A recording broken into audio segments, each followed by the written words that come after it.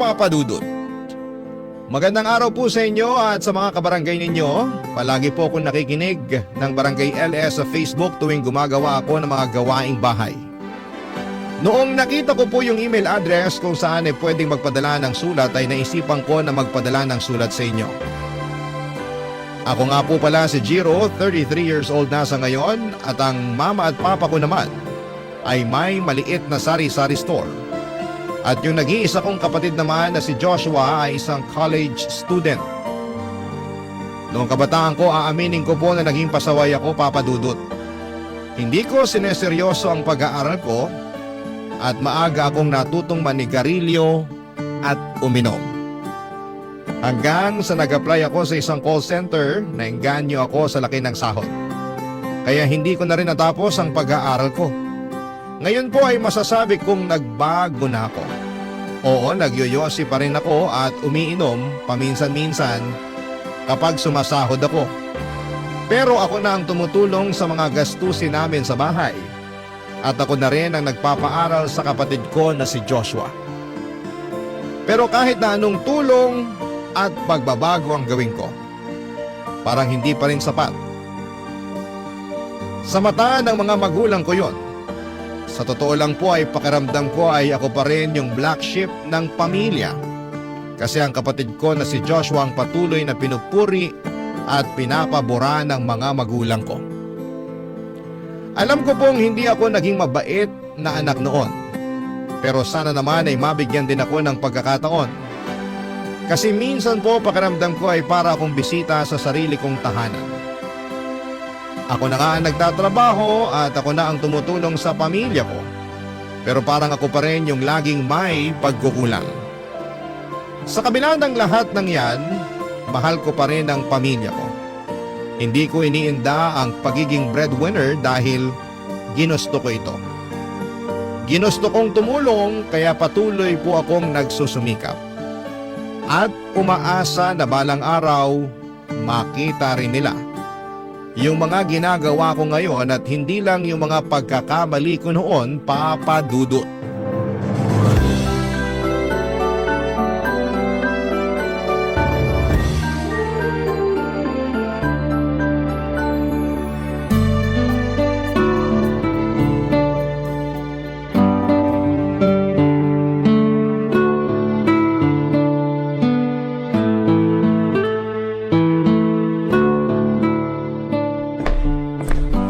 Oh, Kuya Jiro, ba't nakasimangot ka dyan?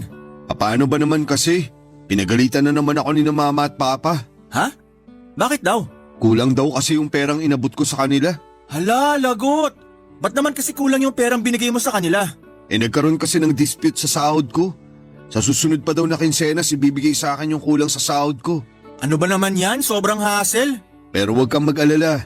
May naitabi na naman akong pera para sa allowance at pangmatrikula mo. Mabuti naman pala kung ganon. O eto, bilangin mo na lang.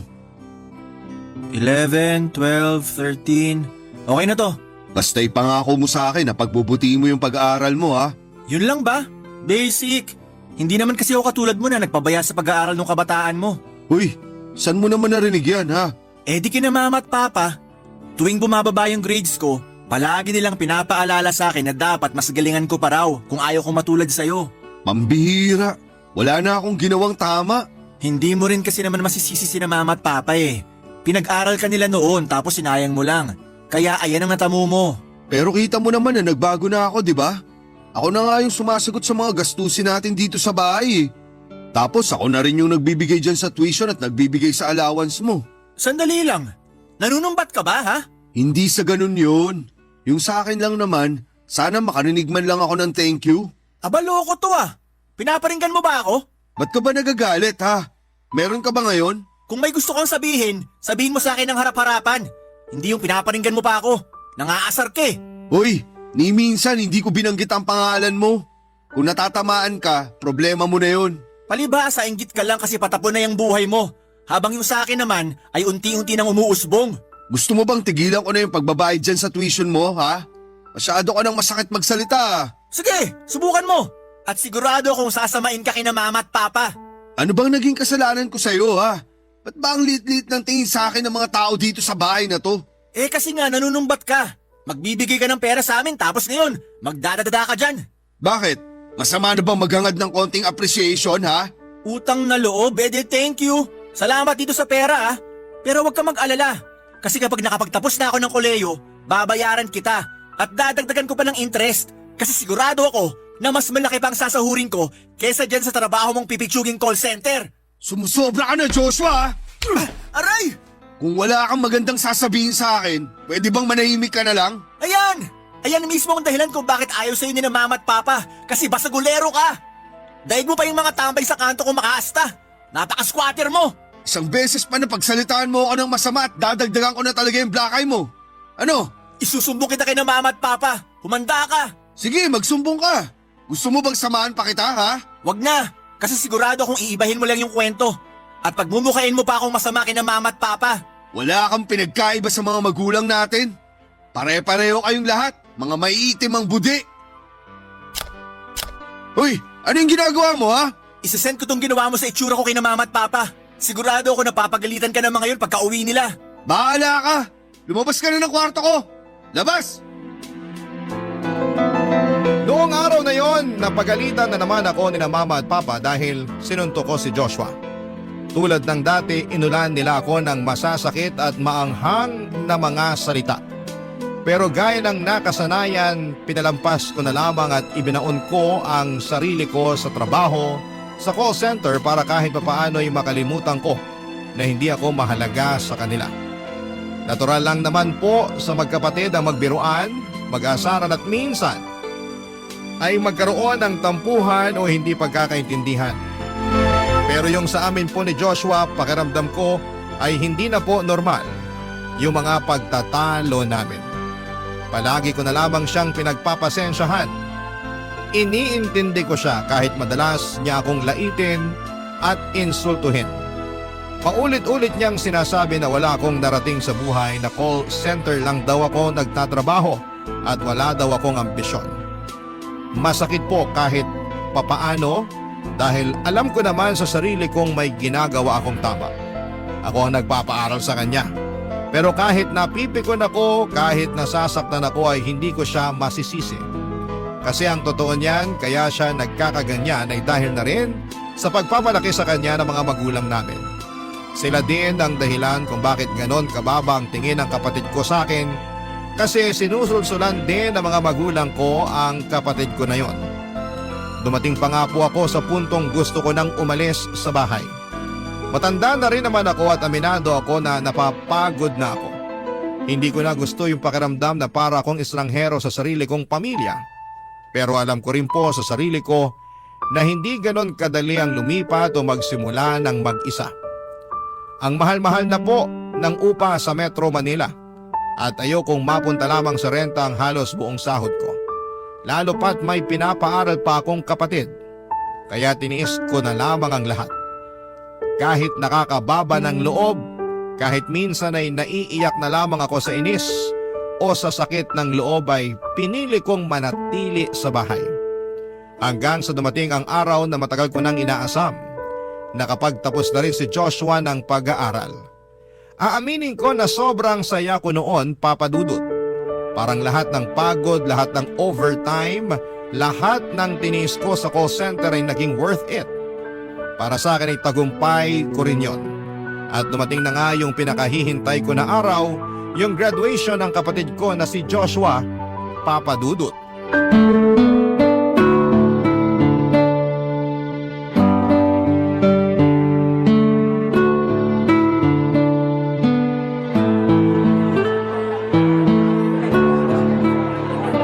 Joshua, asan sina mama at papa?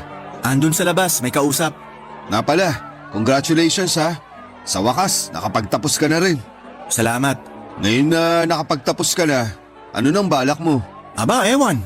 Siguro magpapahinga na muna ako sa bahay. Deserve ko naman yun eh. Ang dami ko kayang pinagdaan ng hirap bago ako nakagraduate. Ganun ba?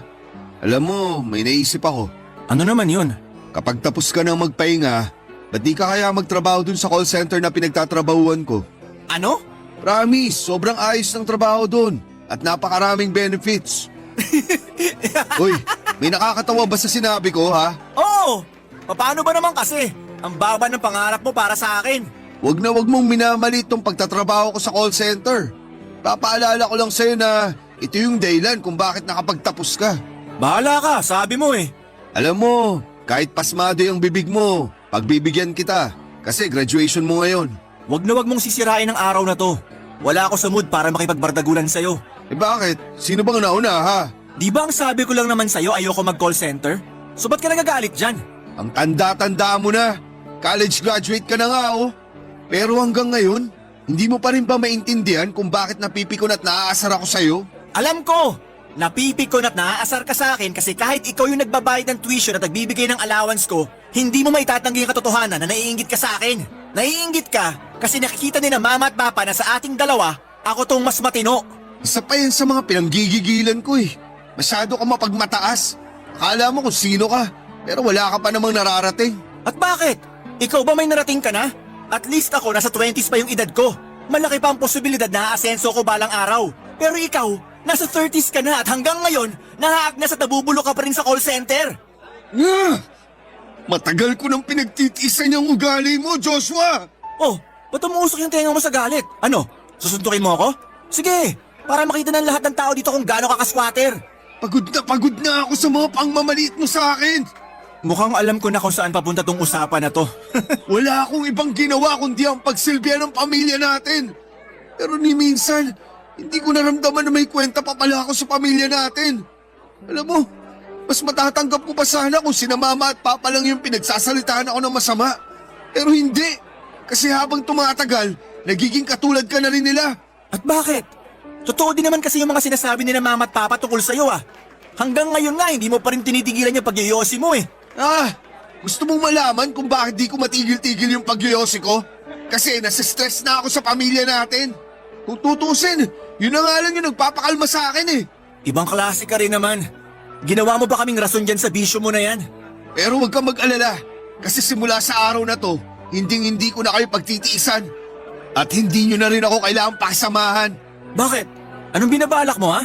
Lalayas na ako sa malaimpyernong bahay na yun. At hanggat hindi nyo ako pinakikitunguhan ng maayos, hindi nyo na ako makikita. Eh di lumayas ka. Ang tanda-tanda mo na para magpaalam pa. At huwag ka mag-alala. Kasi simula sa araw na to, ako na rin na magbibigay ng pera kina mama at papa. At sigurado ako na mas malaki ang mayaambag ko sa bahay kumpara sa'yo. Akala mo ba madali ang pagiging breadwinner? Maniwala ka sa akin. Mararanasan mo na rin ang hirap na dinanas ko sa pagiging breadwinner. Diyan ka nagkakamali kasi college graduate na ako ngayon. At sigurado ako na makahanap ako ng mas mataas at mas maganda na trabaho kaysa dyan sa pagko-call center mo. Sige lang, tingnan natin kung hanggang saan kakayang dalhin yung kayabangan mo. Ay, uwi na ako sa bahay. Kukunin ko na yung mga gamit ko. Eh di umalis ka na. Sinisira mo lang tong graduation ko eh. Dapat nga hindi ka na nagpunta pa.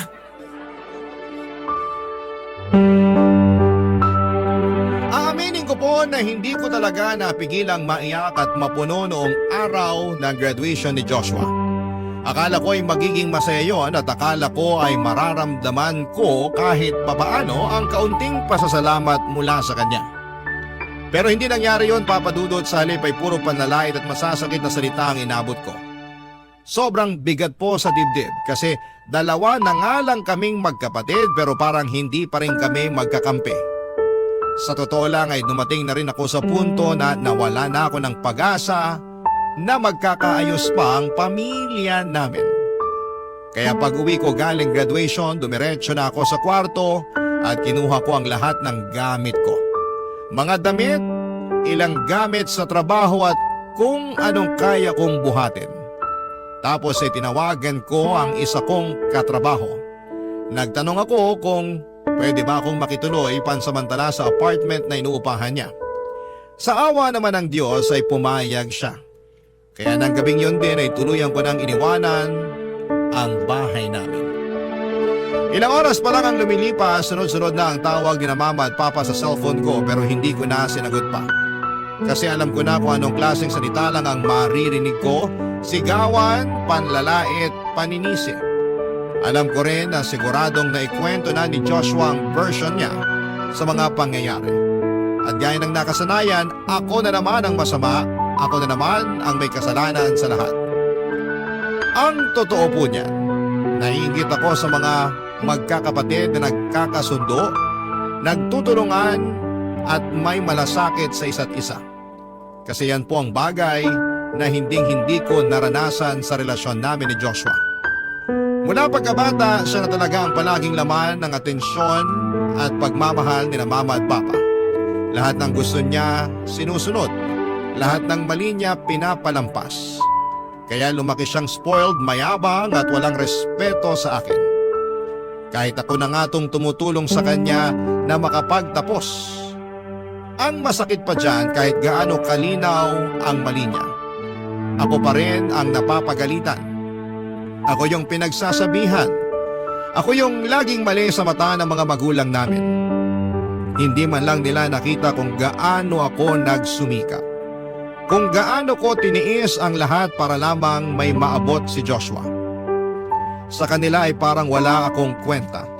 Kahit ako ang nagtaguyod sa pamilya habang pinapalaki nila yung anak nilang mas mahal nila sa akin. Kaya ngayon ay pinili ko ng lumayo, Papa Dudut. Hindi dahil gusto kong umiwas sa mga responsibilidad, kundi dahil gusto kong protektahan ang natitirang kapayapaan sa puso ko. Barangay Love Stories. Barangay Love Stories. Nagkasundo kami ng katrabaho ko na doon na talaga ako titira sa apartment niya. Nag-usap kami na maghahati kami ng renta, pati na rin sa bayad sa kuryente at sa tubig. Sa totoo lang ay sobrang laking tulong noon sa akin kasi maliit lang ang apartment at murang upa. Kaya mas makakatipid ako. Dahil doon ay mas lalo kong napanindigan ang desisyon kong iwanan ang bahay namin. Lumipas nga mga buwan at ni isa sa pamilya ko ay wala nang nagparamdam. Walang tumatawag, walang nangungumusta. Hindi na rin sila humihingi ng pera na dati halos regular nilang ginagawa. Naisip ko noon na baka nakahanap na si Joshua ng magandang trabaho at siya na ngayon ang bumubuhay sa mga magulang ko. Aaminin ko po na nasaktan ako kasi parang ang dali lang sa kanila na kalimutan ako. Parang wala akong naging halaga kahit lahat ng pagod at sakripisyo ko ay para sa pamilya ko na at ibinigay ko lahat sa kanila. Pakiramdam ko ay para lamang akong bagay na ginamit at nung wala na silang makuha sa akin ay basta na lamang akong itinapon. Pero kahit na ganoon ay hindi ko rin maiwasang makaramdam ng kaunting awa kay Joshua. Oo, mayabang siya, madalas niya akong laitin at iparamdam sa akin na wala akong kwenta. Pero sa kabila ng lahat ng yon ay alam ko sa sarili ko na isa rin siyang biktima. Biktima ng pagpapalaki at pagbibigay ng labis na atensyon ng mga magulang namin. Pinalaki siya sa paniniwalang siya lang ang mahalaga. Siya lang ang tama at siya lang ang may karapatang purihin. Hindi siya naturoang tumingin sa paligid at hindi siya naturoang tumanaw ng utang na loob. Kaya kahit nakakagalit ang ugali niya, alam kong hindi rin siya ganap na may kasalanan.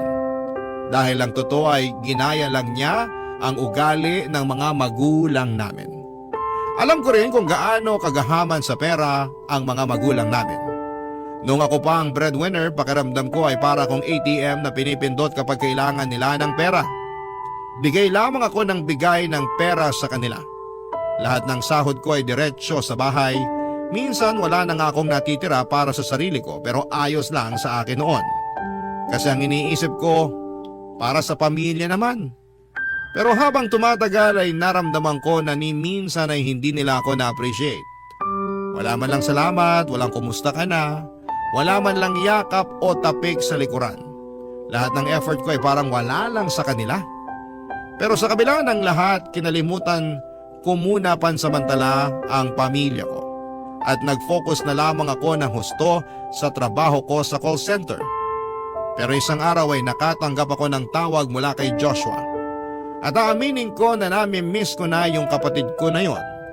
Kaya sinantabi ko na lamang muna yung mga hindi namin pagkakaintindihan at sinagot yung tawag niya.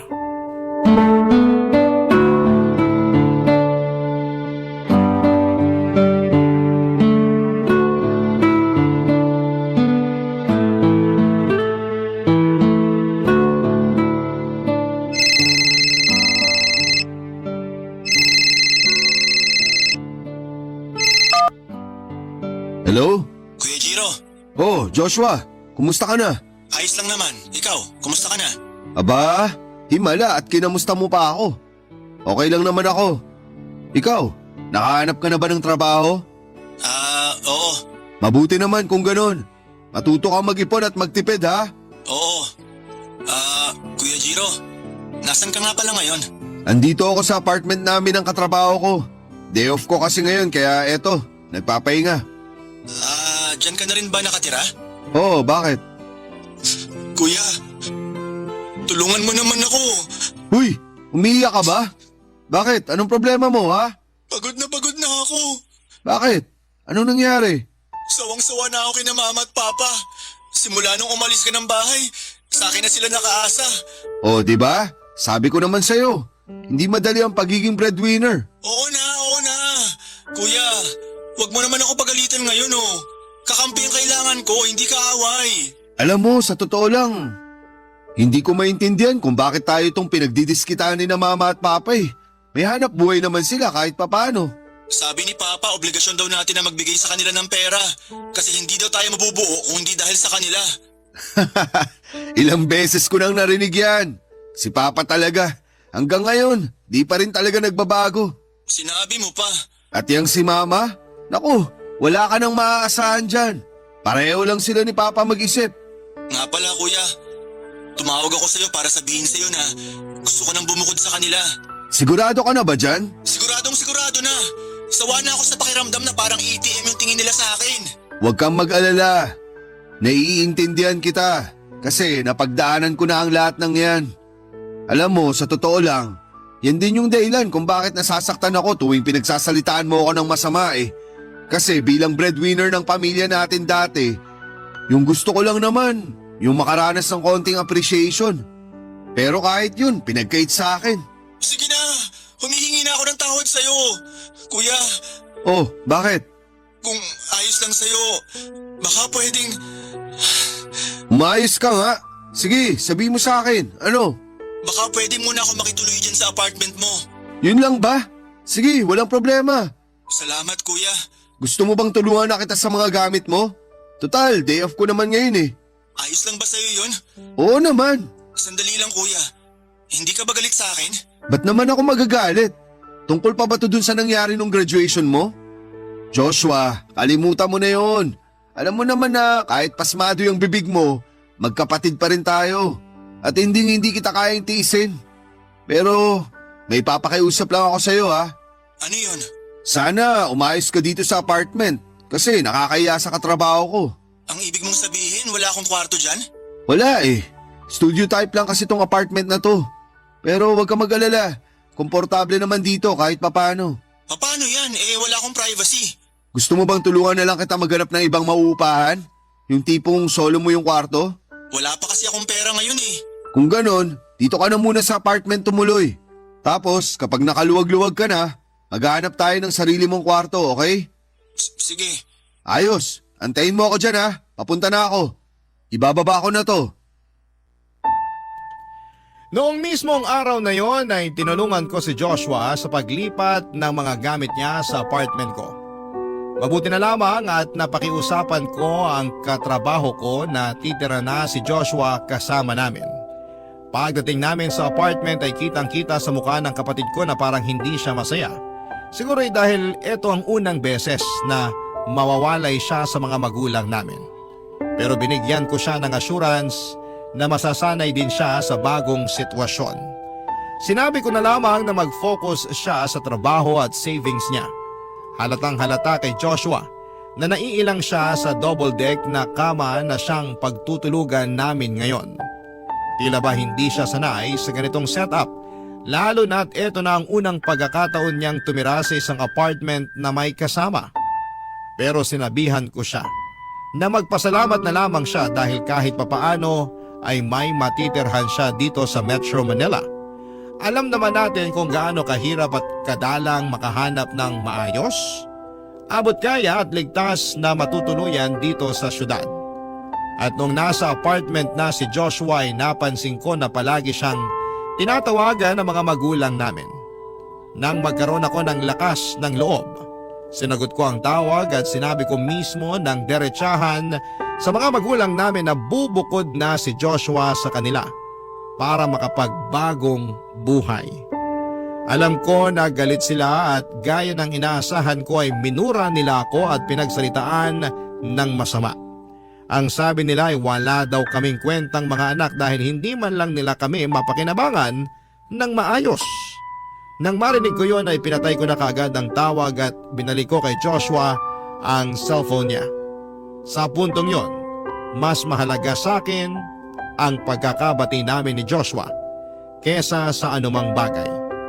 Napaisip ako na eto na siguro ang pinakatamang pagkakataon para ayusin at paghilumin ang lahat ng sugat at lamat na matagal nang hindi nabibigyan ng pansin. Eto na rin siguro ang pinakamagandang opportunity para magkabati kami. Lalong-lalo na ngayon at wala na ang mga magulang ko para sulsulan pa ang kapatid ko, Papa Dudut.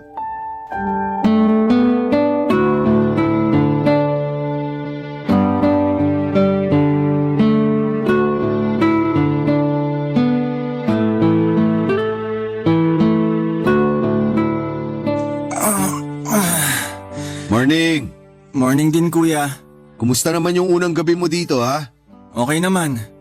Pero naiilang pa rin ako kasi nakikita ko yung katrabaho mo na natutulog eh. Nako, nasasanay ka rin. Nga pala, asa na yung katrabaho mo? Ayun, pumunta na sa office. Day shift kasi siya eh. Bakit ikaw? Wala ka bang pasok ngayon? Meron, pero mamayang gabi pa. Nga pala, paano ka? May duty ka bang ngayon? Gusto mo bang bigyan kita ng pamasahe? Hindi na kailangan. Bukas pa naman yung duty ko eh. Mabuti naman pala kung ganun. Pero kuya, ganito ba talaga dito? Anong ibig mong sabihin? Ang init kasi. Tapos iisa na nga lang yung electric fan. Pinaghahatian pa nating 3. Gaya nga nung sabi ko sa'yo, masasanay ka rin. Nako, mukhang ikaw lang naman yung sanay dito eh. Kung ako sa'yo, mag-ipon ka na lang para makahanap na tayo ng lilipatan mo. Yung tipong solo mo ang kwarto. Yun na nga yung nakakainis eh. Dapat may sapat na ako na pera para pang advance at deposit dun sa apartment na nakita ko online. Pero wala. Naubos lang lahat kasi palagi nang hihingi si na mama at papa. Wala na tayong magagawa, andyan na yan eh. Ang importante, makakapagsimula ka na ulit. Kaya konting tiis na lang ha? No offense ha. Alam mo kung tutuusin, kasalanan mo to eh. Sandali nga lang, ano na naman kasalanan ko ha? Bigla ka kasing umalis ng bahay at sa akin mo iniwan yung responsibilidad na dapat sa'yo. Kaya ayan, naubos tuloy yung perang naipon ko. Magdaan-daan ka sa mga sinasabi mo sa akin. Hindi ko na nagugustuhan yung tabas ng dila mo ha? Bakit? Totoo naman ah. Napaka-selfish mo. Siguro kung tinulungan mo lang sina mama at papa, hindi ako magkakaproblema. Gusto mo ba talagang pag-usapan yan? Pues sige. Bakit? Sino ba yung pinagsalitaan ako ng masama at masasakit nung graduation niya ha? Hindi ba't ikaw? Hindi sapat na dahilan yun para ipasa mo sa kanya obligasyon na matagal lang nakatuon sa'yo. At bakit? Sino ba sa atin ang nagyabang na tutulong kay na mama at papa? Hindi ba't ikaw rin naman? Oo na. Aaminin ko na nakagraduate nga ako. Pero hindi naman kalakihan yung sinasahod ko ngayon. Ano ba kasi akala mo? Na kapag nakapagtapos ka ng pag-aaral, makakahanap ka kaagad ng trabaho ng malaki ang sahod? Sana nga ganun kadali ang buhay, no? Pero hindi. Kailangan mong magtiis at magsumikap para makamit mo yung gusto mo. Paano mo naman malalaman yan? Hindi ka nga nakapagtapos. Alam mo kung ano yung nakakalungkot, ha? Yung tipong akala ko nagbago ka na. Kasi sa wakas, naiintindihan mo na rin kung saan ako nanggagaling. Kasi pinaranas sa'yo ni na mama at papa yung mga pinaranas nila sa akin. Pero bakit ganun? Bakit parang mas lumala ka pa? Nagkakaganito ako kasi sana naisip mo man lang ako bago ka lumayas ng bahay. Pambira! Ba't mahirap ka makaintindi, ha? Ay, di bali na lang. Kung gusto mo ng maayos na sahod, pwede kitang i-refer sa call center na pinagtatrabahuan ko. Ayoko! Kuya, may pinag-aralan akong tao. College graduate ako. Ano na lang sasabihin ng mga kaibigan ko dati ko mga kaklase kapag nalaman nilang sa call center lang rin palang bagsak ko? Bakit mo naman iisipin yung sasabihin ng mga kakilala mo? Bakit? Sila ba ang nagpapalamon sa'yo? Hindi!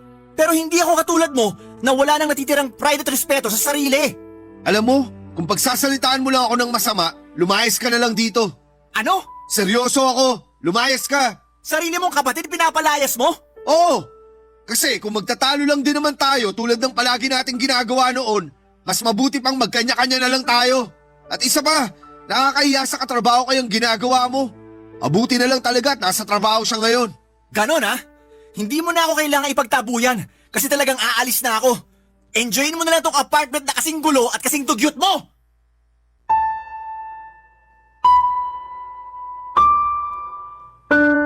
Noong mismong araw na yon ay doon ko na-realize na ang tagal ko na palang nagtitiis sa ugali ni Joshua.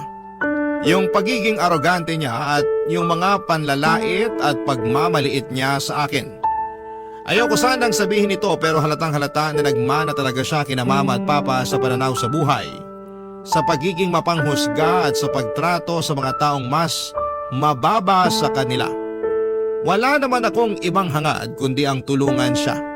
Ayoko siyang matulad sa akin na ginawang parang ATM machine ng mga magulang namin pero wala akong magagawa. Kasi sobrang tigas ng ulo ng kapatid ko na yon. Nung araw na yon ay sinabi ko sa sarili ko na tama na. Kakalimutan ko na ang pamilya ko. Alam ko na mabigat pakinggan pero mas mabigat ang pakiramdam ng paulit-ulit na sinasaktan at sinasamantala papadudot. Matagal ko nang dapat ginawa yon. Pero pinigilan ako ng pagmamahal ko sa kanila. Ngayon ko lang napagtanto na yung pagmamahal ko sa kanila ay ginagamit lang nila laban sa akin. Pagkatapos kong putulin ang ugnayan ko sa pamilya ko ay sakalang ulit naging tahimik at payapa ang buhay ko. Unti-unti kong naramdaman kung paano pala huminga ng maluwag.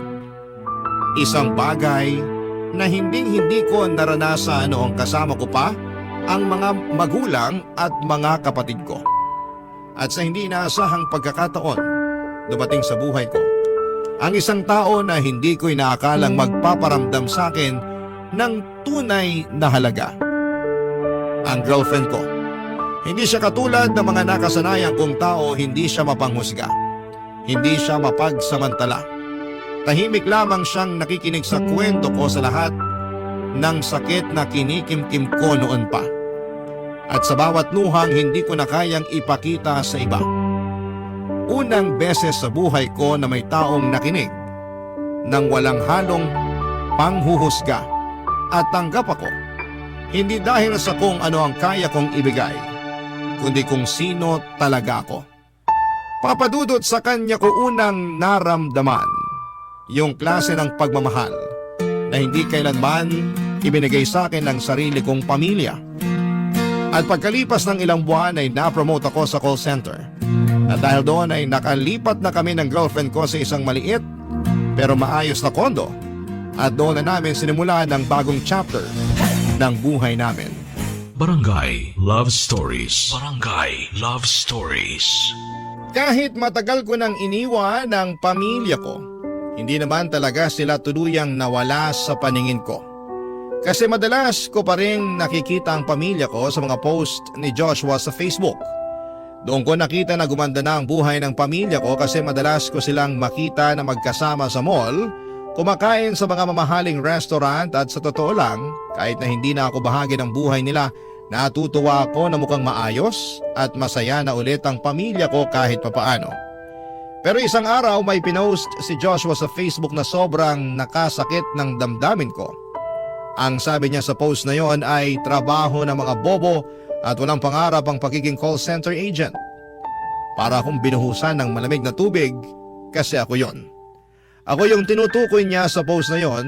Ako yung ilang taon na nagpuyat, nagpakapagod at nagsakripisyo sa pagiging call center agent para matustusan ang pangangailangan nila.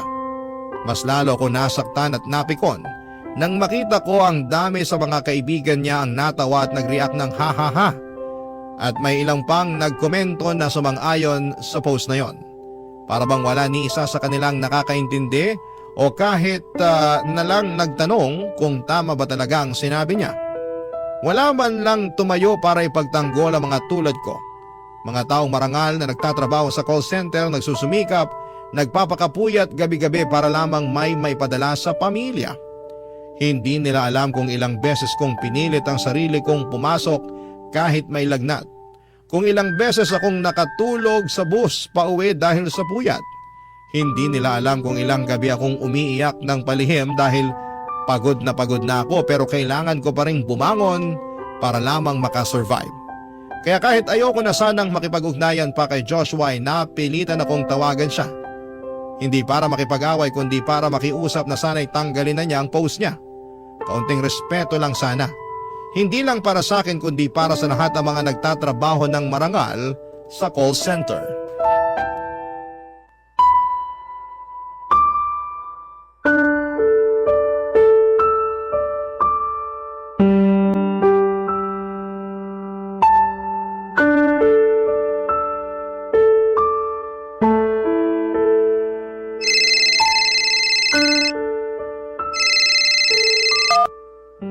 Oh, anong kailangan mo?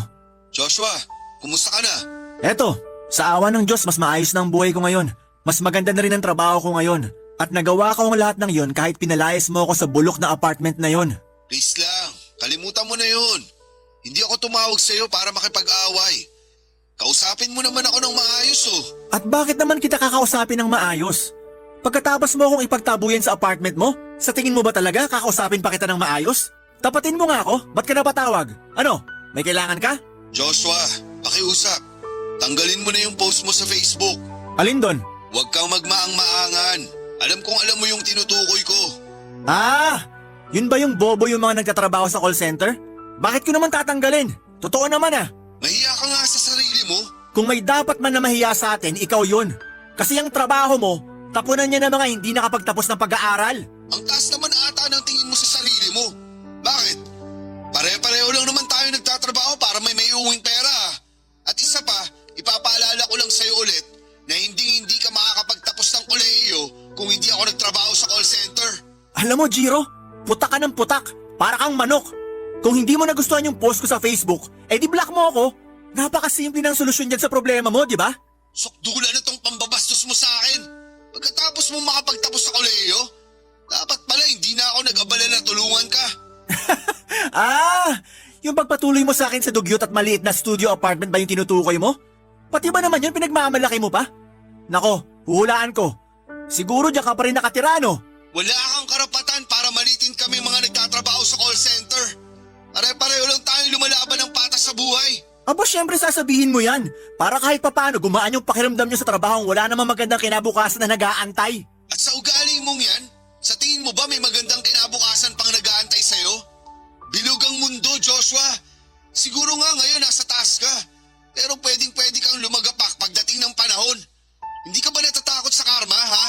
Alam mo, Jiro, hindi ako naniniwala sa karma. Ang mga naniniwala sa karma ay mga taong desperadong makuha ang hustisya o katarungan sa mga bagay na hindi nila kayang kontrolin. Kaya please lang, tigilan mo ng paninermon sa akin kasi nakakarindi ka na. Sabihin mo nga sa akin, Joshua, nagkulang ba ako sa'yo bilang kuya mo? Ba't ang tindi ng galit mo sa akin, ha?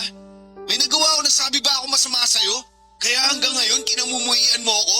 Gusto mong malaman kung bakit hindi ko magawang ipagmalaki ka? Kasi wala ka namang nagawa na pwede ko ipagmalaki. Simulat sa pool pa lang, ikaw na ang cancer ng pamilya natin.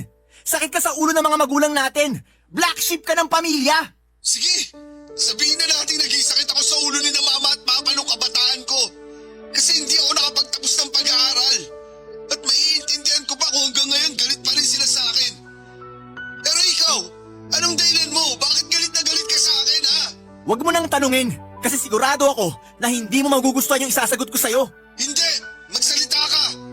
Matagal mo na ako nilalait at iniinsulto. Kaya sabihin mo na sa akin kung saan nanggagaling ang kagaspangan ng ugali mo. Mahal ako ni na mama at papa.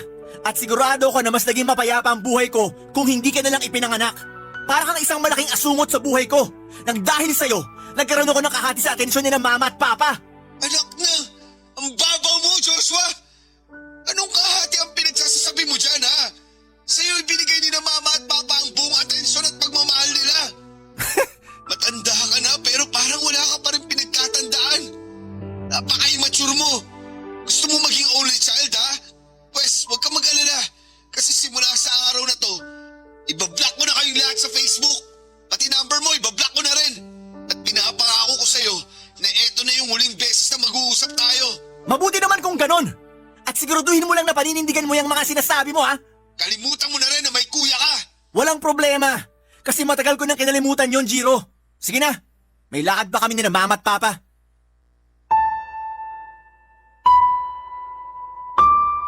Papadudo, tama nga yung sinasabi nila na aabusuhin ka ng mga tao sa paligid mo kung magpapaabuso ka.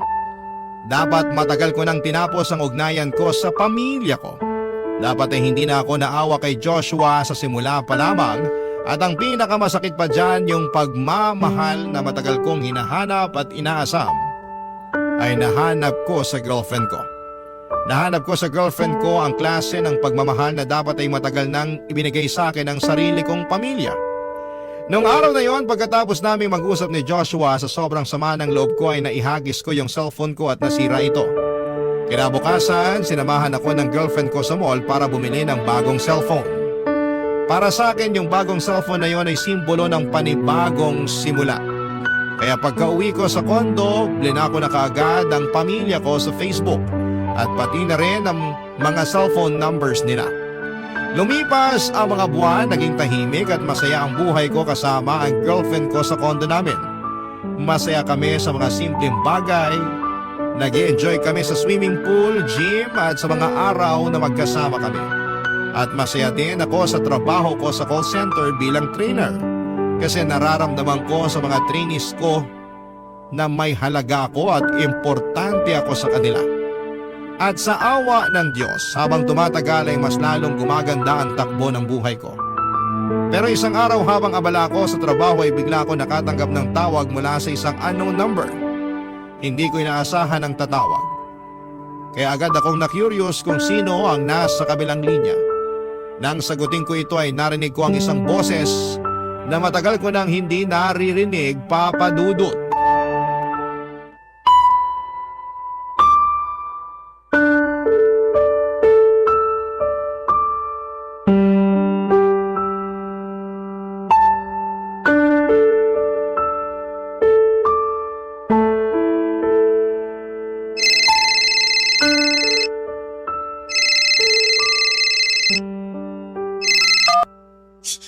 Hello? Sino to? Prank call ba to? Scammer ka siguro, no? Dugudugugang ka, no? Nako, lumang tugtugin na yan. Kung wala kang magawang matino sa buhay mo, pwede ba? Maghanap ka ng ibang taong bubulabugin mo. Sige na. Kuya Jiro, Joshua? kuya, hindi kita makontak kaya bumili ako ng bagong SIM para matawagan kita. Pinuntahan din kita dun sa apartment mo pero ang sabi ng katrabaho mo nasa kondo ka na daw nakatira kasama ang girlfriend mo. Ibababa ko na to. Wag, please lang. Pakinggan mo muna ako. Busy ako. Sige na. Kuya, nasunugan tayo. Seryoso? Walang-wala na kami. Nagsimula yung sunog sa bahay ng kapitbahay natin. Hindi na namin alam kung anong gagawin namin. 3 araw na kaming natutulog sa evacuation center. Ba't mo ko tinatawagan? Kuya, makikiusap sana ako sa'yo. Baka pwede muna kami makatira ni na mama at papa dyan sa kondo mo. Sorry, pero dito na kami nakatira ng girlfriend ko. Pag ginawa ko yan, pareho kaming mawawala ng privacy. Pangako, hindi kami magtatagal. Parang awa mo na kahit ilang gabi lang. Kailangan lang talaga namin ng maayos na matutuluyan hanggang sa makabangon kami. E di maghanap kayo ng mauupahan. Malaki ang sahod mo, di ba? Yun na nga kuya. Hindi na sapat yung sinasahod ko kasi malaki yung perang inutang ko sa kumpanya namin. Hindi na sapat yung sinasahod ko pang advance deposit sa mga pinapaupahang apartment. Oh, ano naman nangyari dun sa perang inutang mo? Yun na muna ang gamitin mo. Wala nang natira sa pera na yun. Binili ko ng second hand na kotse. Ibenta mo nilang yung kotse mo para magkapera ka. Kuya, ayoko. Matagal ko na pinapangarap yung kotse ko na yun. Kung gano'n naman pala, edi dyan kayo sa kotse matulog. Bibili-bili ka ng kotse tapos di mo rin naman pala pakikinabangan.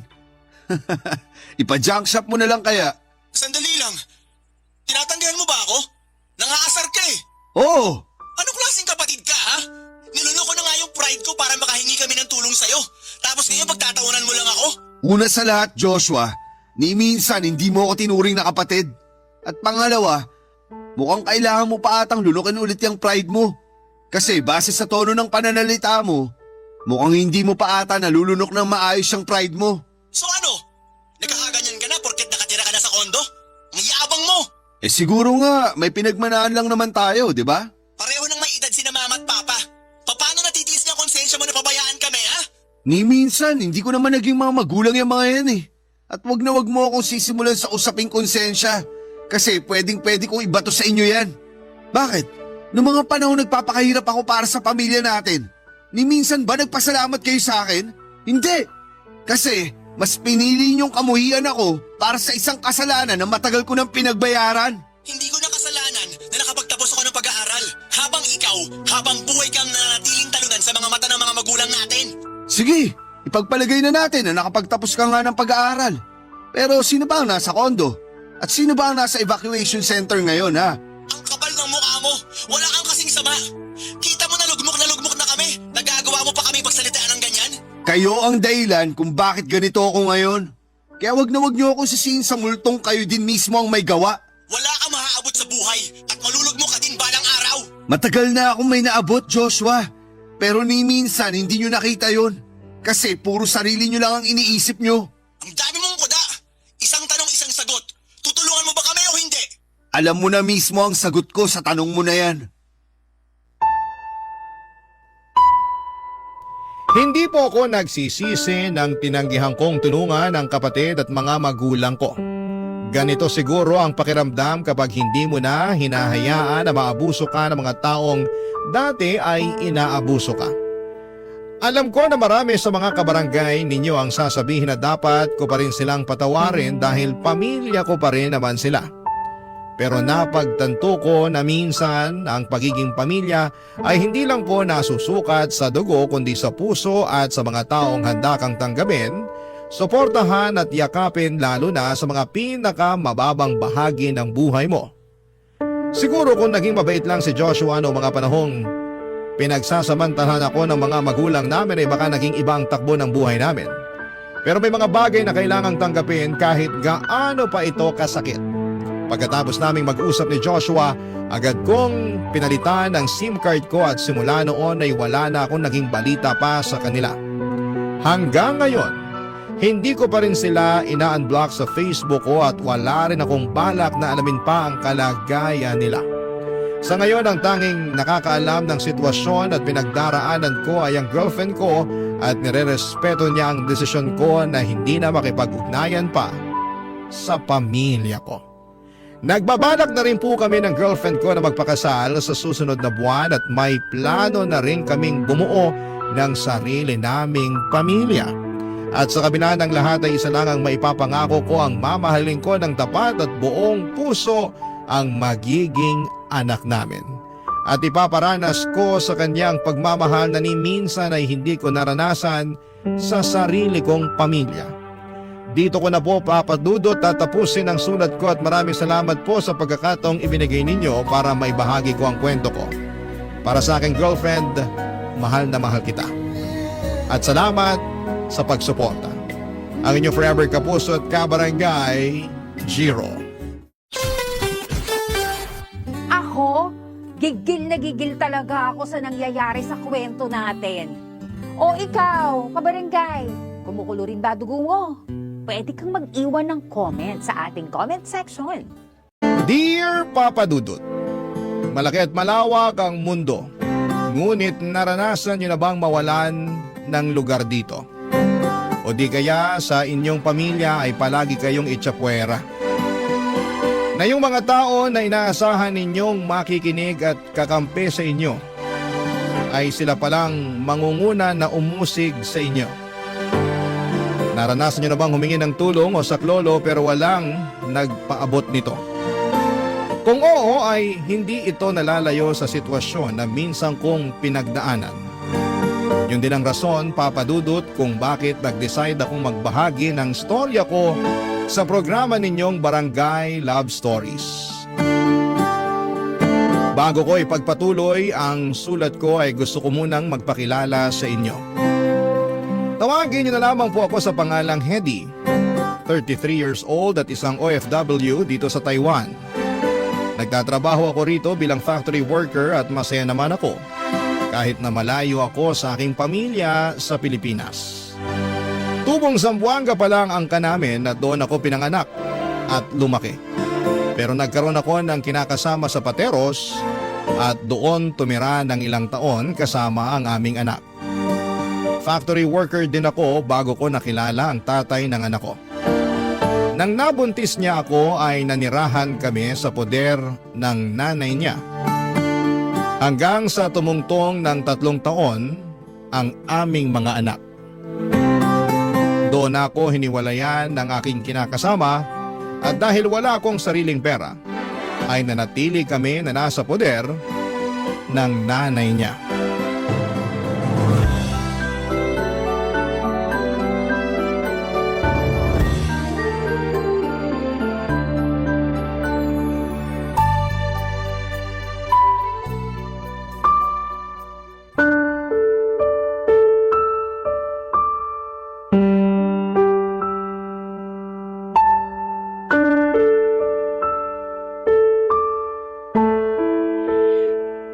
Hoy, Hedy!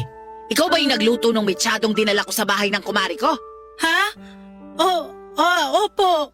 Bakit po? Nagtatanong ka pa talaga? Eh, hindi masarap. Kulang sa lasa.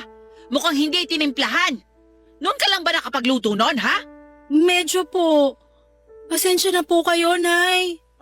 Pasensya mo mukha mo. May magagawa pa ba yung pagpapasensya kung napahiya na ako sa kumari ko? Saka bakit nakikialam ka sa kusina? Tanda ko si Teba nang inutusan ko magluto. Kasi palpak ang mga luto mo. Sa totoo lang pinagtsatsagaan na lang namin kainin dito yon. Kasi mahirap lunukin. Sobra naman po kayo sa pinagtsatsagaan. Pag nagluluto nga ako, palaging taob yung kawali tapos madalas di nyo na ako tinitiran. Aba, sinasabi mo bang masisiba kami? Hindi po. Hindi raw, pero yun din ang tinutumbok mo.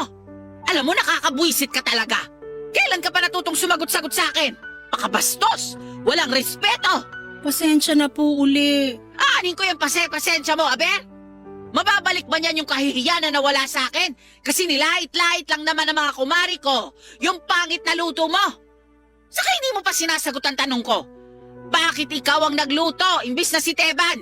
Inutusan po ako ni Kuya Teban kasi may importante raw po siyang gagawin. At naniwala ka naman.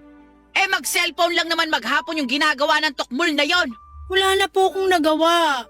Mapilit po siya eh. Ako na raw po magluto. Nagagalit pa nga kasi inutusan niyo raw. Kumanda talaga sa akin yung batuga na yon. Ma, wag niyo na pong pagalitan si Kuya. At bakit hindi? Ako po yung mayayari eh. Wala na akong pakialam doon. Saka dapat ka naman talagang mayari kasi masyado kang pabida. Nagmagandang loob lang naman po ako. Gusto ko lang pong makatulong. Gusto raw makatulong, nakasama pa yung ginawa mo. Sa susunod kasi, huwag kang bida-bida at mapapel. Huh? Ganyan na lang ba talaga ang papel mo sa pamamahay na to?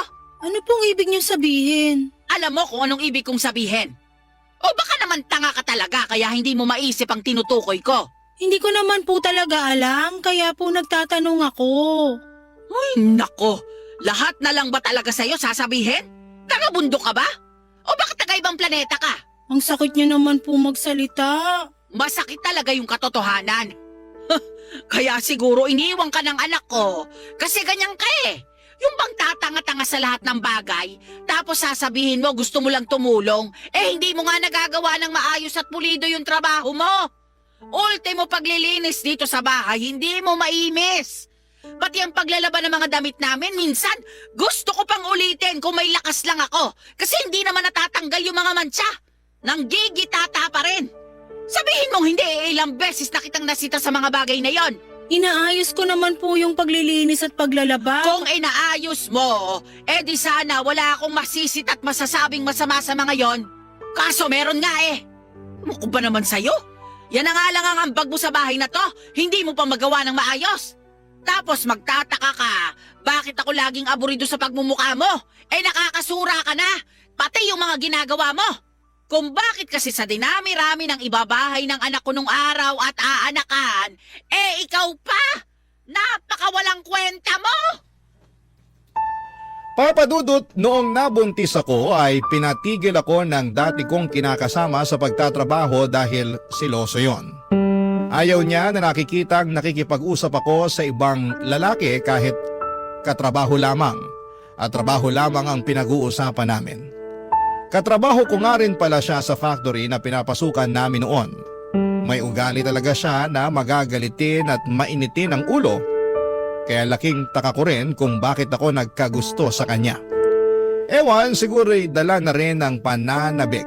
Lalo na noon na lamang ulit akong nagkaroon ng lalaki na nagka-interes sa akin. Ang huli ko kasing relasyon ay noong nasa Zamboanga pa lamang ako.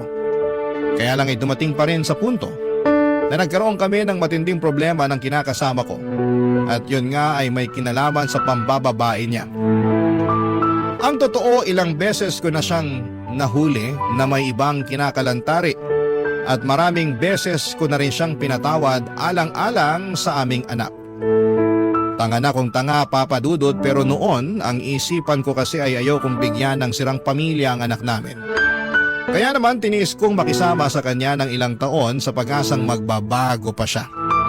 Pero hindi na yon nangyari. Nang isang araw ay iwanan na lang niya kami ng anak niya sa poder ng kanyang nanay upang sumama sa ibang babae. Simula ng araw na yon ay mas sumirap ang buhay namin ng anak ko kasama ang pamilya niya.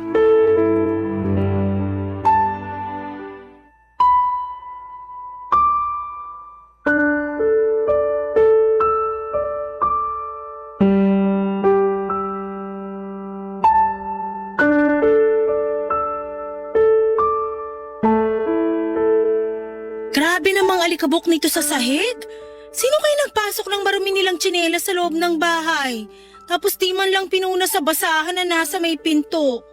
Di na yata kaya ng walis to. Kailangan lampaso na. Ako ba yung pinariringgan Ikaw mo? pala yan, Kuya Teban.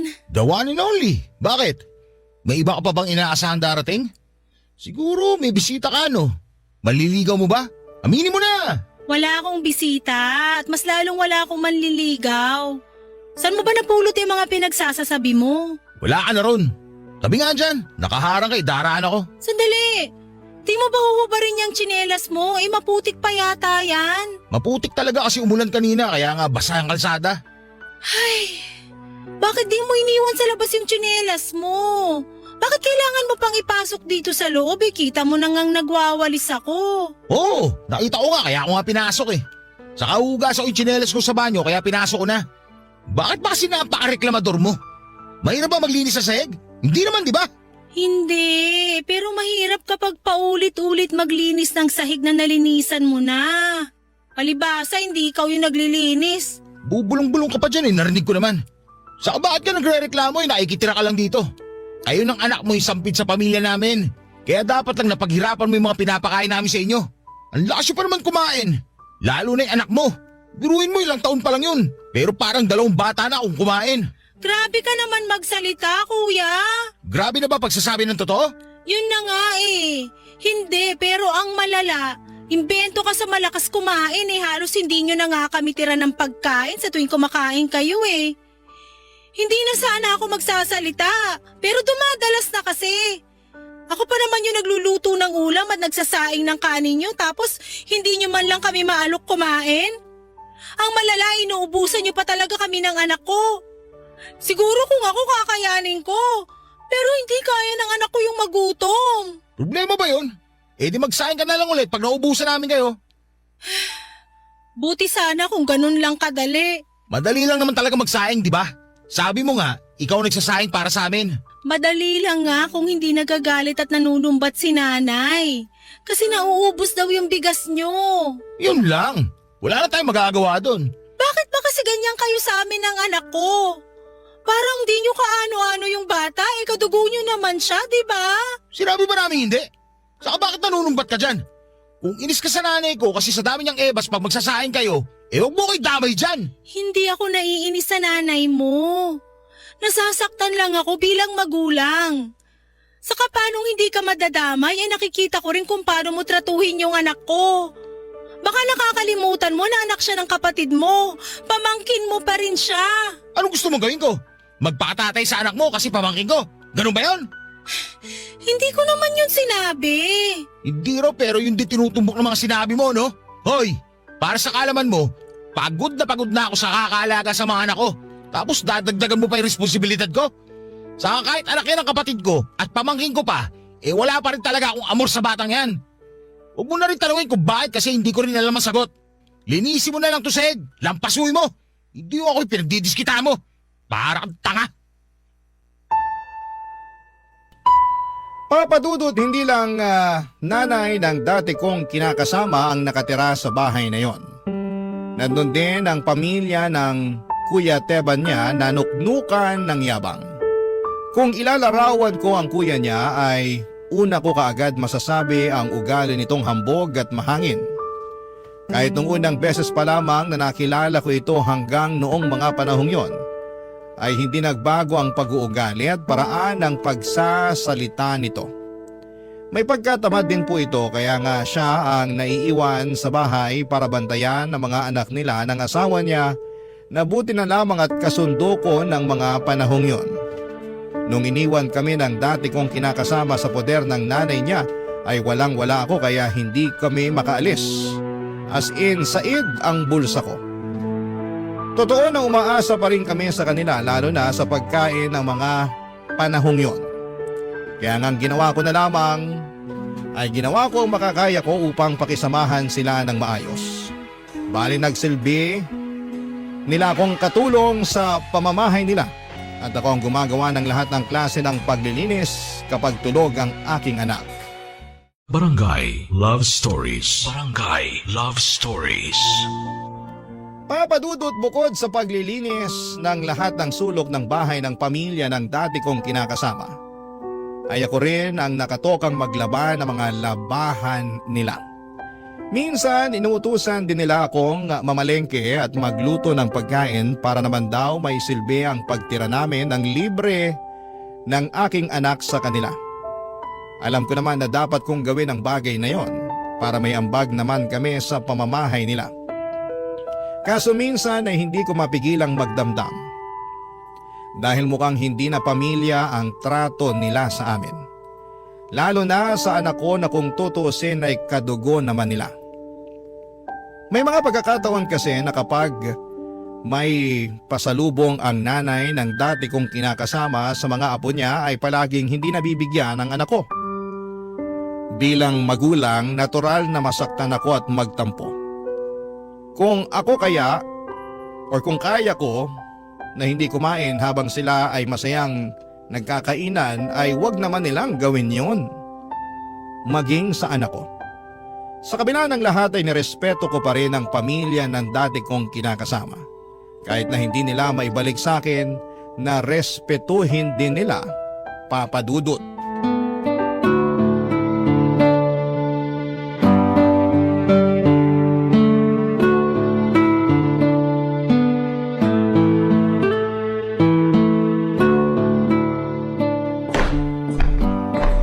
Nay, ito na po yung bill ng kuryente at tubig natin. Ay nako, nagsabay pa talaga.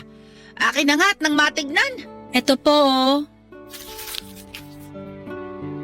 Ay, mahabaging langit naman! Bakit umabot ng 6,000 tong kuryente? Tapos 1,500 naman tong tubig? Ano ba tong bahay natin? Resort? Hindi ko po alam. Matipid naman po ako pag naglalaba. Sinasahod ko pa nga po yung pinagbanlawan ko para maging pangbuhos sa banyo at panlinis na rin ang sahig doon. Dapat naman talaga ganun ang gawin mo. Kasi kapal naman ang mukha mo kung mag-aaksaya ka pa ng tubig namin, di ba? Tama. Tama-tama ka dyan. Eh, ikaw din tatamaan sa akin. Bakit naman nung nasali dyan, Nay? Malamang!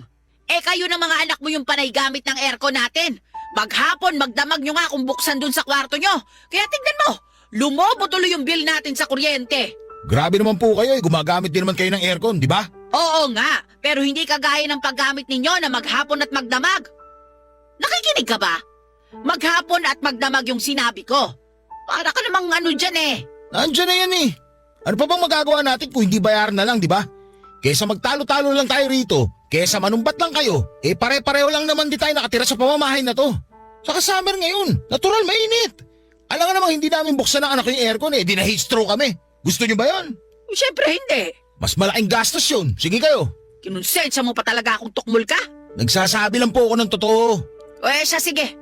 Dagdagan nyo na lang ng asawa mo yung ambag nyo para sa kuryente natin. Ho? Narinig mo yung sinabi ko. Huwag kang magbingi-bingihan dyan. Siguro po Doon na lang muna po ako sa kusina para makapagsaing ako ng tanghalian natin. Mamaya ka na umalis. Kasali ka sa usapan na to. Oo nga, isali niyo yung babae niyan para makita niya rin mga binabayaran natin. Palibasa, libre sila ng anak niya na nakatira dito. Libre na upa, tapos yung anak niya nuknukan pa ng siba. Akala mo mauubusan ng pagkain. Kaya nga pinapasali ko na sa usapan natin, di ba? Mawalang galang na kuya. Pero hindi naman yata kailangan na sabihan mong masiba yung anak ko. Alam naman natin dito kung sino yung totoong masiba, di ba? Sino? Yung mga anak ko? Ang papayat nga ng mga yon. Ay naku, Teban, tanga ka talaga eh. Malamang, ikaw yung sasabihan niyang masiba. Totoo rin naman. Kasi, pang 3 tao tuwing kumakain ka, kaya mabilis na nauubos yung bigas natin eh. Wow ha? Kung ako masiba, ikaw at yung anak mo sampid. Sa abuti nga kami ng asawa ko nag-aambag sa bahay na to. Ikaw, hindi ka nga makapag-abot kahit 5 butas kasi wala kang kapera-pera.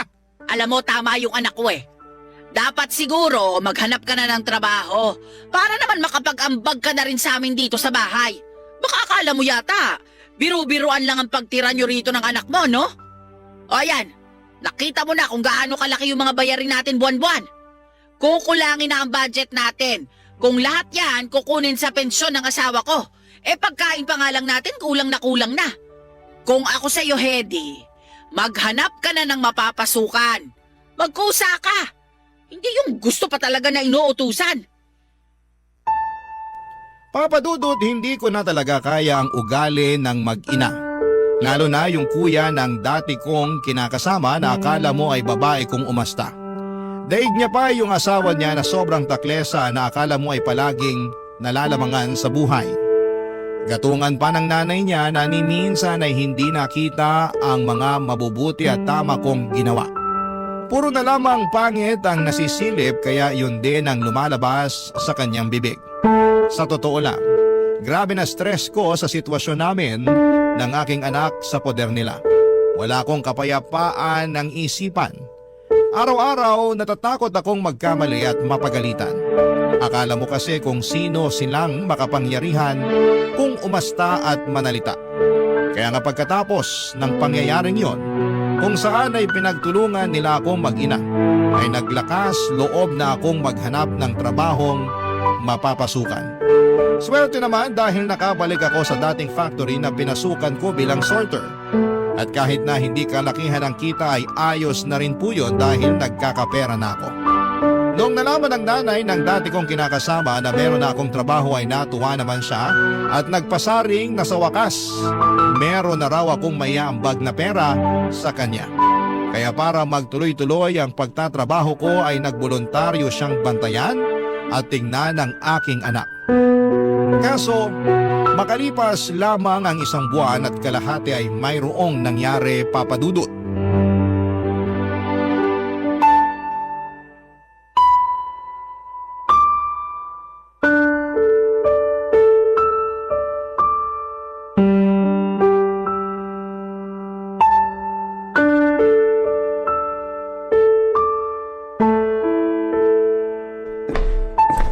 Pwede ko po ba kayo makausap, Nay? Ano ba yon? Saka hindi pa ba tayo nag-uusap sa lagay na to? Seryoso po ko kasi tungkol po sana sa anak ko. O anong problema mo sa apo ko? Wala po akong problema sa anak ko pero may nangyari kasi. At bilang nanay hindi ko po mapigilang mag-alala. Bakit kasi hindi mo na lang ako diretsuhin? May pasabi-sabi ka pa ng ganyan. Natural lang naman sa magulang na mag-alala sa anak nila kung may nangyayari. Kaya ano ba kasi yon, ha? Nakitaan ko po kasi ng pasa sa braso yung anak ko, Nay. Tapos meron din siyang bakat na kinurot sa tiyan. Nung tinanong ko po yung anak ko kung saan galing yun, ayaw naman niyang sabihin sa akin. At dahil kayo po yung... At dahil akong nagbabantay, ako agad ang pagbibintangan mo, ganon. Hindi naman po sa ganon. Hindi raw sa ganon, pero ganon na rin yon. Akala mo yata sa akin pinanganak kahapon eh. Kung hindi naman po sa inyo galing yung pasa sa kabakat ng kurot ng anak ko, bakit kailangan nyo pang mag-react ng ganyan? Sinong hindi mapapareact ng ganito ay nakakairita yung tono mo? Kayo na po yung nagsabi na natural lang naman sa magulang na mag-alala sa anak niya, lalo kung may nangyari. Kaya nga gusto ko kayong tanungin kung alam nyo kung bakit nagkaroon ng pasa at kurot yung anak ko. Kasi kayo po yung bantay niya. Ano bang akala mo sa akin? Mababantayan ko ng 24 oras yung anak mo para malaman kung ano yung mga pinaggagawa niya? Hoy, para sa kaalaman mo, marami rin akong inaatupag. At saka hindi porke nagboluntaryo ako magbantay sa anak mo, gagawin mo na akong yaya niya. Hindi ko po kayo ginagawang yaya. Saka thankful po ako na binabantayan niyo yung anak ko para makapagtrabaho ko ng maayos. Yun naman pala, pero ang dami mo pa rin sat-sat dyan. Gusto ko lang pong malaman kung paano nagkaganon yung anak ko, Nay. Sige na. Total, pinandidilata mo na ako ng mata at kulang na lang pagduldulan mo sa akin yung bintang mo, aaminin ko na. Ako ang pumalo dyan sa anak mong sutil. Ako rin yung kumurot sa kanya. Hindi ko napigilan. Napakapasaway. Pero pwede niyo naman pong pagsabihan yung anak ko nang hindi niyo napapalo at nakukurot. Grabe yung pasa ng anak ko, Nay. Ang laki, saka ang itim-itim pa. Yung kurot niyo naman nagsugat na kasi baon na baon yung kuko niyo. Ang OA mo naman ay gagaling din naman yon. Lagyan mo na lang ng ointment sa yelo, tapos ang problema. Hirap sa'yo, masyado mong inaartehan eh. Dumaan din naman ako sa pagiging nanay, kaya magtiwala ka sa mga sinasabi ko. Huwag kang nagmamarunong dyan. Hindi po ako nagmamarunong, saka yung issue po rito, yung pananakit niyo sa anak ko. Tignan mo, ang OA mo talaga. Makapagsalita kang sinasaktan yung anak mo sobra? Alam mo ba yon? Saka bago mo ko pagbintangan na nananakit ng bata, alamin mo muna yung rason kung bakit ko nagawa yun sa kanya. Hindi ka ba nakinig kanina? Sutil yung anak mo, hindi marunong mapagsabihan. Akala mo kasi madaling sawayin yung anak mo, pero hindi naman talaga. Alam mo, kasalanan mo naman talaga kung bakit ganyan yan kapasaway. Kasi hindi ka mabuting magulang sa kanya. Masyado mong inispoil kaya lumaking matigas ang ulo. Pwes, hindi uubra yung ganyang ugali sa akin. Dapat, bata pa lang, tinatabasa na yung papatubong sungay at buntot niyan. Papadudot, magdadalawang buwan pa lamang ako sa pinagtatrabahuhan ko. Bali, iniiwan ko ang aking anak sa lola niya na napakiusapan ko na lamang matapos kong magsabi na mag-aabot sa kanya ng kaunting halaga kapalit ng pag-aalaga sa aking anak. Bukod doon ay nag-aambag din ako sa pagkain at pambayad ng bills sa bahay namin, kaya wala akong naitatabing pera na pansarili. Mayroon man ay nagagastos din dahil laging humihingi ang nanay ng dati kong kinakasama. Isama mo pa yung kuya niya na ewan ko ba kung saan nakakapulot ng kakapalan ng pagmumuka at laging nagpapasaring ng pangyosi at pangmeryenda. Hindi naman ako maramot, lalo't meron naman akong maibibigay. At kahit na nga ako ang mawalan ay titiisin ko, basta makapag-abot lamang. Ang tanging hiling ko lang ay alagaan at bantayan ang kanyang lola ng maayos ang aking anak. Hindi naman yun ibang tao sa kanila. Apo niya yun, kadugo, pero kahit na ganoon ay hindi pa rin pala maganda ang turing nila sa anak ko. Kaya nga sobrang lungkot ko at pag-aalala ng mga panahong yon. Ngunit wala naman akong magawa dahil hindi ako pwedeng huminto sa pagtatrabaho. Tinatagang ko na lamang ang aking loob para magpatuloy kahit na aandap-andap ang aking dibdib. Sa sobrang kaba, gayong alam ko na hindi ligtas ang aking anak sa poder ng pamilya ng dati kong kinakasama. Barangay Love Stories. Barangay Love Stories. Papadudot, nagpatuloy pa rin ako sa pagpasok sa trabaho at lalong nagsipag lalo na sa pag-overtime para may sumubra sa normal kong sinasahod na siyang iniipon ko na. Kahit na nakakapagod at madalas wala na akong oras sa aking anak ay hindi ako sumuko at tiniis ko na lamang ang lahat. Pangarap ko na kasi na makapagbukod kami ng bahay ng anak ko dahil napapagod na akong makisama sa pamilya ng dati kong kinakasama. Hindi ko pa alam kung saan o kanino ko siya iiwanan pero saka ko na yun iisipin. Ang hirap kasi ng sitwasyon namin sa bahay nila dahil kahit na may naiaambag na akong pera ay palagi pa rin nila akong sinusumbatan na kesyo kulang daw yun, ganito at ganyan. Ni minsan ay hindi nagpasalamat ang pamilya ng dati kong kinakasama sa lahat ng bagay na ginagawa ko para sa kanila. Mula sa serbisyo ko hanggang sa pag-aabot ng perang pangambag sa pangangailangan namin sa bahay. Hindi lang naman ako ang nagtatrabaho sa amin dahil may trabaho rin naman ang misis ni Kuya Teban. May pension din na nakukuha ang nanay nila mula sa namayapa nitong asawa na masasabi kong malaki-laki rin at sapat na sana para sa buwan na naming gastusin sa bahay. Kaya nga nagtataka ako kung bakit sa akin nila halos iasa ang lahat. Ang bukang bibig nila ay kailangan ko raw silang bayaran sa mga nagastos nilang pambili ng pagkain para sa amin ng anak ko at sa pagpapatira nila sa amin sa bahay nila. Kaya naman sinabi ko sa aking sarili na mas mabuti pang bumukod na kami ng anak ko para hindi ko na sila kailangang pakisamahan pa. Kaya nga tinabi ko talaga ng mabuti yung pera na iniipon ko na siyang gagamitin ko sa pagbabayad ng kahit na maliit na kwarto na titirhan namin. Kaya lang ay bigla ko naman yung nagastos nung naospital ang anak ko dahil sa dengue. Dumating sa point na nasa id ang perang iniipon ko kaya kinapalan ko na ang aking mukha na lumapit sa pamilya ng dati kong kinakasama, Papa Dudut.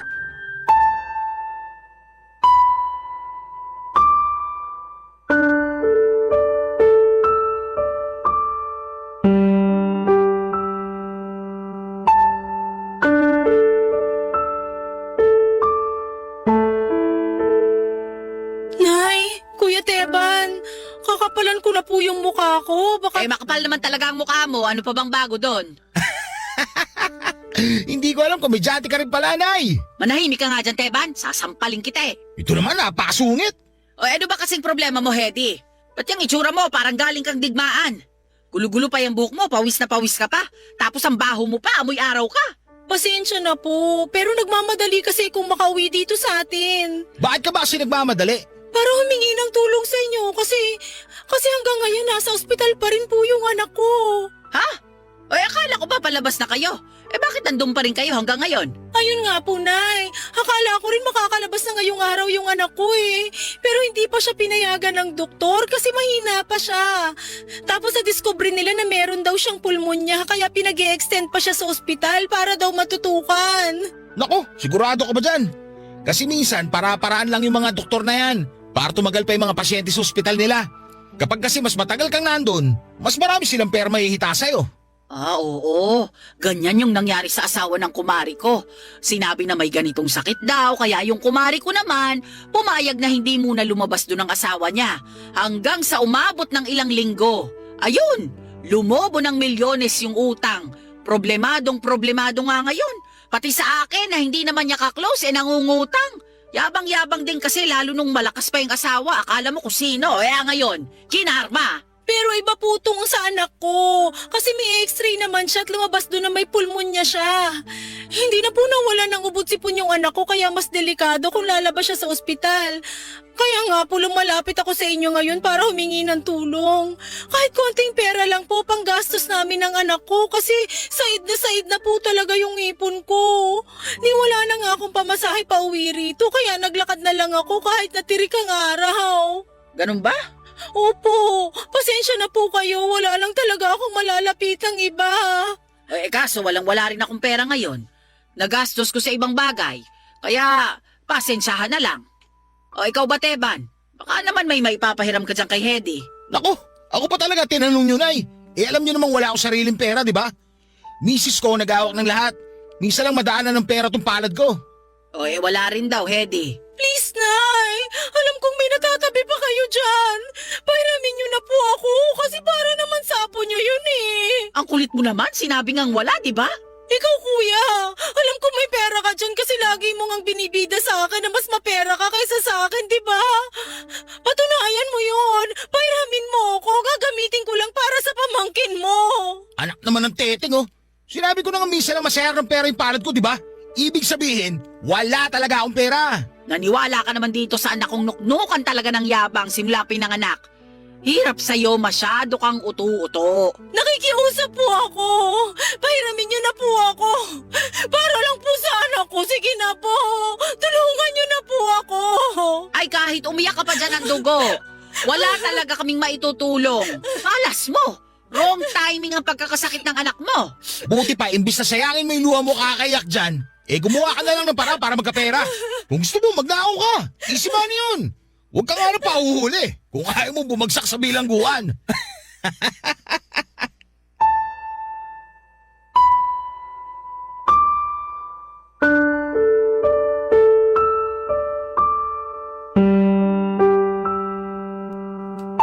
Papadudot, dahil hindi ako tinulungan ng lola at yuhin ng anak ko ay mas kinapalan ko na ang mukha ko na lumapit sa ibang tao.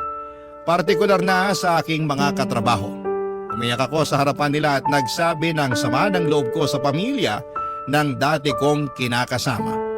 Marami ang nakisimpatya sa akin at ang iba ay nagalit pa nga sa biyenan kong hilaw at sa anak niyang mayabang. Tapos ay nagambagan sila para maabutan ako ng kahit magkano bilang panggastos namin ng anak ko sa ospital. Pero kulang na kulang pa rin ang perang meron ako ng mga panahong yon. Lalo at hindi na ako nakakapasok sa trabaho kaya wala rin akong sweldo. Doon na ako lumapit sa ilang ahensya ng gobyerno upang humingi ng tulong pinansyal. Kahit mahirap, kahit na nalilipasan ako ng gutom, naarawan at nauulanan sa paglalakad ng mga requirements, ay tiniis ko ang lahat ng yon upang matustusan ang mga gastusin ng anak ko sa ospital. Bukod nga kasi sa pagkakaroon niya ng dengue ay may pulmonya pa siya. Kaya lalong tumagal ang pananatili niya sa ospital at dumami ang mga gamot na nireseta para sa kanya. Kinailangan pa niyang salina ng dugo dahil bumagsak ng todo ang platelet count niya, dahilan para mag-alala ako ng husto. Tumawag na rin ako sa pamilya ko na nasa Zamboanga ng mga panahong yon dahil hindi ko na kaya. At hindi na rin naman kami tinutulungan ng pamilya ng dati kong kinakasama. Pero wala rin silang nagawa. Walang-wala rin kasi sila para makaluwa sa Maynila at masabahan ako sa ospital. Kaya nga pinagpasa Diyos ko na lamang ang lahat at dinaan sa pagdarasal na sana'y pagalingin na niya ang aking anak. Pero makalipas ang halos 3 linggong pagkakaospital ng anak ko, ay tuluyan na itong binawian ng buhay. Bilang magulang ay napakasakit mawala ng anak, lalo na at alam ko sa sarili ko na nilaban ko naman siya. At ginawa ko ang lahat upang makahanap ng pera na pampapagamot niya. Kahit na mag-isa lamang ako, kahit na pagod na ako ay hindi pa rin ako sumuko, pero binawi pa rin ng Diyos sa akin ang pinakamamahal kong anak. Nang mga panahong yon ay naisip ko na lamang na sumunod sa kanya dahil wala nang saysay ang mabuhay sa mundo ng nag-iisa. Sa kabila ng lahat ay nairaos ko pa rin ang libing ng anak ko, lalo na doon pa lamang ako sinimulang tulungan ng lola at tiyuhin niya. Ang sama ng loob ko sa kanila, pero wala na akong lakas para magalit pa ng husto. At pagkatapos nga ng libing ng anak ko ay sa kanila pa rin ako nakatira, Papa Dudut.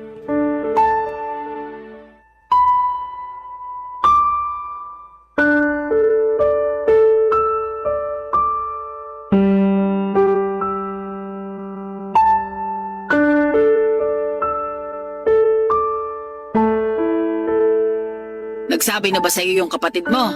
Oo, Nay. Nagulat nga ako kasi bigla na lang siya nag-chat nung nakaraan. Tapos ayun, sinabi nga niya na gusto niyang bumalik dito sa bahay kasama yung kinakasama at anak nila. Anong sabi mo? Ayos lang sa'yo? Hindi naman sa akin tong bahay na to para humindi, di ba? Isa pa, utol ko yun, saka pamangkin ko yung anak nila. Kaya ayos lang naman sa akin. Para meron din ibang bata na kalaro yung mga anak ko. Sige, ayos na rin sa akin. Total, matagal-tagal na rin wala rito yung kapatid mong yun. Namimiss ko na siya gusto ko ring makita yung anak nila. Ha? Ano pong sabi nyo? Babalik dito yung anak nyo?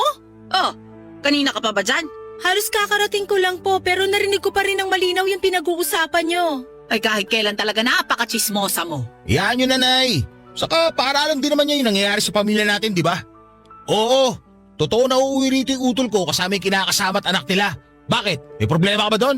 Wala! Pero ganun na lang ba yon? Anong ganun na lang ba yun? Saka, bakit ka ba umiiyak? Inaano ka ba namin? Kasi napaka-insensitive nyo. At kaya ako nasabi na ganun na lang ba yon kasi mukhang nakalimutan nyo na yung ginawang pananakit sa akin nung anak nyo. At hindi lang pala sa akin kundi sa amin ang anak ko. Huwag kang sumigaw! Naririnig ka namin ni Teban, magkakaharap lang tayo oh! Hindi ko lang kasi maintindihan. Mukhang ayos lang sa inyo na umuwi sila rito. Mukha pa nga kayong excited eh. Pero kami nun ng anak ko na palagi namang nandito sa pamamahay nyo, ramdam na ramdam naman yung pagkasuya nyo sa amin. Kulang na lang palayasin nyo kami eh. Nakaraan na yon. At saka huwag mo nang idama yung anak mo sa sitwasyon. Nananahimik na yung sa kabilang buhay eh. Oo nga. Sige ka, baka biglang magparamdam yung anak mo at multuhin tayo. Hoy, tumigil ka nga dyan, Teban. Huwag mong idama yung patay. Pasensya na, Nay. Hindi ko lang mapigilan. Ito kasi si Hedy masyadong madrama. Alam ka namang hindi namin tanggapin dito yung utol ko pamilya kami, di ba? At ang pamilya dapat nagtutulungan. Nagdadamayan. Wow naman! Gusto ko sanang matouch sa sinabi mong yan tungkol sa pamilya. Pero hindi ko magawa kasi ni minsan, di nyo naman pinaramdam sa anak ko na pamilya ang turing nyo sa amin.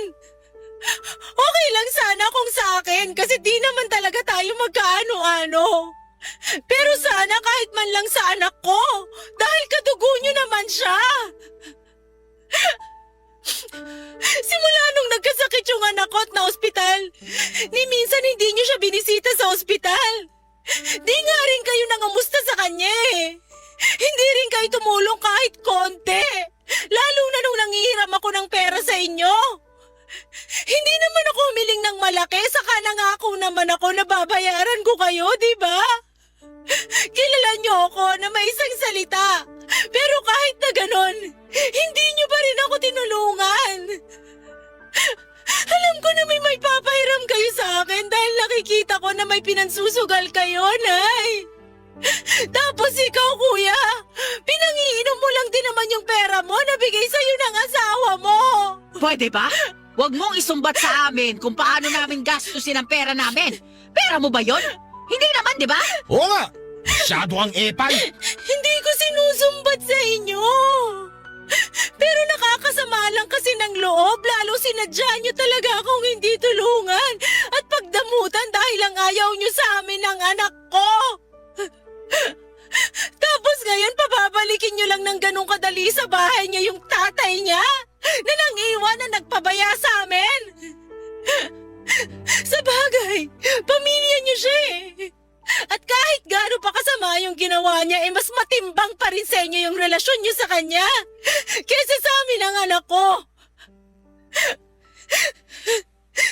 Ngayon nawala na yung anak ko. Mas ramdam ko na lalo akong nawala ng lugar sa pamilya at pamamahay niyo. At alam ko na malaking katangahan na lang talaga kung mananatili pa ako rito.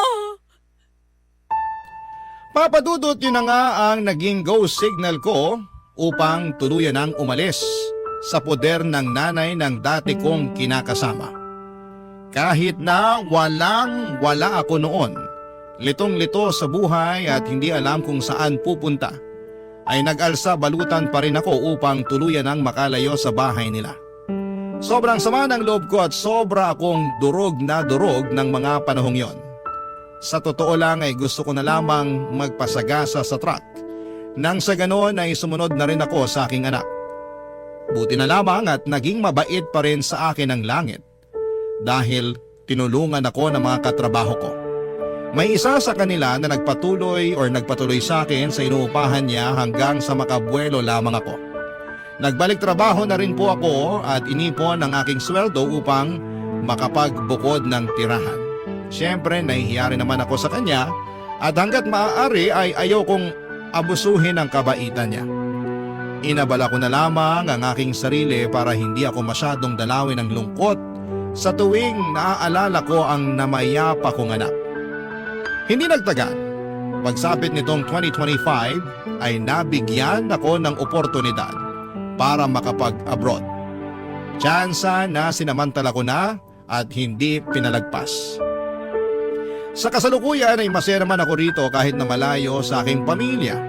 At kahit na hindi pa nga nagtatagal simula nang iwanan ako ng anak ko, ay nakakayanan ko naman ang buhay. Dahil siya pa rin ang nananatili kong inspirasyon sa buhay upang magpatuloy.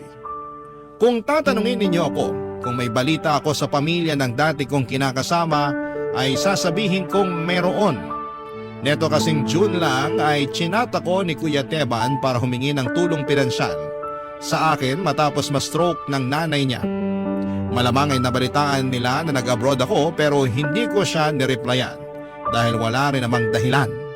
Tapos ay nag-chat ulit siya sa akin itong katapusan ng parehong buwan para humingi ulit ng tulong kasi nawalan daw ng trabaho ang kapatid niya.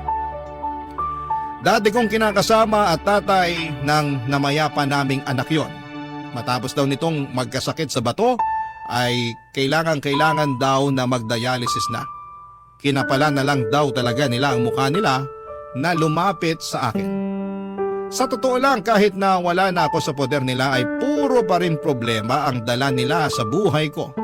Kaya naman para matahimik ako ay tuluyan ko na silang blinak sa Facebook at Messenger. Nang sa ganoon ay hindi na nila ako makontak.